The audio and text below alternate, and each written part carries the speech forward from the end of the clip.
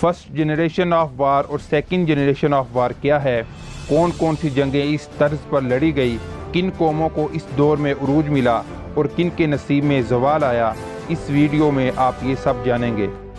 दोस्तों, मैं हूं मोहम्मद हमाद कादरी और आप देख रहे हैं ज़ोको जुनून की सीरीज़ जनरेशन ऑफ वार की दूसरी किस्त।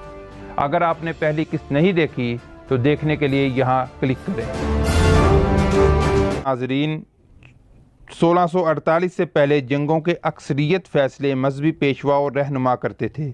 इसकी वाज़ह मिसाल आप ड्रामा सीरियल इर्तुगरुल गाज़ी में देख सकते हैं।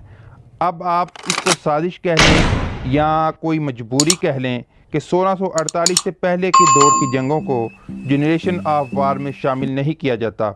इन जंगों में मुस्लिम कौम की बहादुरी जवामर्दी नुमायाँ है।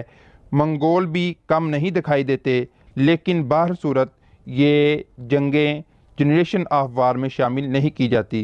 क्यों नहीं की गई, इसकी क्या मुमकिन वजूहात हो सकती हैं, इंशाअल्लाह इस पर एक अलग से वीडियो बनाऊंगा मुनासिब वक्त पे। 1648 में ईसाइयों के दो ग्रोहों के दरमियान एक मुआहिदा हुआ जिसके तहत जंग के मुकम्मल तौर पर इख्तियारात हुकूमत को सौंप दिए गए। इससे पहले ये फ़ैसले मजहबी रहनुमा करते थे, इनसे ये इख्तियार ले लिया गया। इस मुआहदे के बाद जंग की पहली किस्म मुतारिफ़ करवाई गई जिसको जनरेशन ऑफ वार की फर्स्ट जनरेशन कहते हैं। जंग की इस किस्म में आम आदमी और फ़ौजी में फ़र्क नज़र आता है। फ़ौजियों को बाकायदा यूनिफॉर्म दिया गया, फ़ौज के बाल और वज़ाकता मुख्तलिफ की गई, बाकायदा इसकी ट्रेनिंग का आगाज़ किया गया। फर्स्ट जनरेशन में जंग का तरीका ये था कि बाकायदा मैदान में लश्कर आमने सामने आता, लश्करों का आपस में टकराव होता। इन जंगों में इस्तेमाल होने वाले हथियार तीर, तलवार और नेज़े वगैरह थे, यानी हथियार वही पुराने थे। बहरहाल इस जंग यानी फर्स्ट जनरेशन ऑफ वार के आखिर में बंदूक भी इसमें शामिल हो गई। इन राइफ़ल्स को बीच लोडिंग राइफ़ल्स कहा जाता था, जिनका इस्तेमाल काफ़ी मुश्किल था। एक गोली फायर करने में तकरीबन 2 मिनट लग जाते थे। इन जंगों का दुरानिया 1648 से लेकर 1860 तक का रहा है। इस जंग में जीतने के चांसेस उसके ज़्यादा होते जिसके पास फ़ौजी यानी अफरादी क़ुव्वत ज़्यादा होती। खुलासा ये कि फर्स्ट जनरेशन में एक मैदान में आमने सामने पुराने रवायती हथियारों से जंग होती, जिसकी फ़ौज बड़ी होती वो अक्सर जीत जाया करता और जंग का फ़ैसला बहुत जल्द हो जाया करता। और जो जंगें इस तर्ज पर लड़ी गई, English civil war, Anglo Spanish war, अमरीकी revolution war, Napoleon war, Mexico की आज़ादी की जंग, इन सब को फर्स्ट जनरेशन ऑफ वार की जंगें कहा जाता है।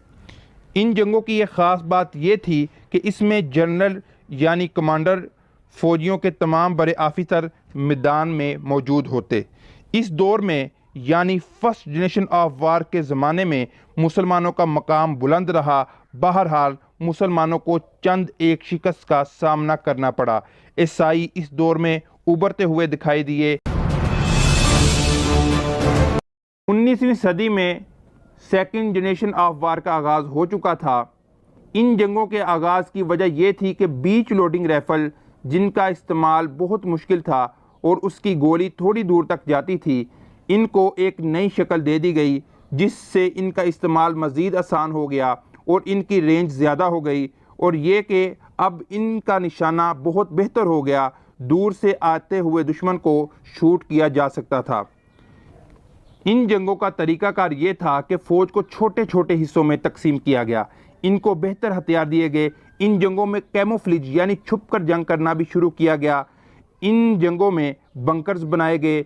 जंग होती तो एक मैदान में थी, मगर इसका दायरा कार वसी हो गया। इस दौर में बड़े फौजी ऑफिसर मैदान में मौजूद ना होते, बल्कि रेडियो टेक्नोलॉजी का इस्तेमाल करके अहकामात जारी करते। जंगी कोड्स का भी इस्तेमाल इसमें शुरू किया गया। जर्नल की मैदान में गैर मौजूदगी की वजह से ग्राउंड फ्लोर ऑफिसर्स का इख्तियार बढ़ गया। इस जंग में इस्तेमाल होने वाले हथियार में बेहतर राइफल, इब्तदाई शक्ल की तोपें, बख्तरबंद गाड़ियाँ और मशीन गन शामिल थी। और ये जंगें 19वीं सदी के आखिर पर शुरू हुई। आज भी दुनिया के बाद इलाकों में इस तर्ज पर जंगें लड़ी जाती हैं। फर्स्ट जनरेशन ऑफ वार और सेकंड जनरेशन ऑफ वार में बुनियादी फ़र्क टेक्नोलॉजी का था।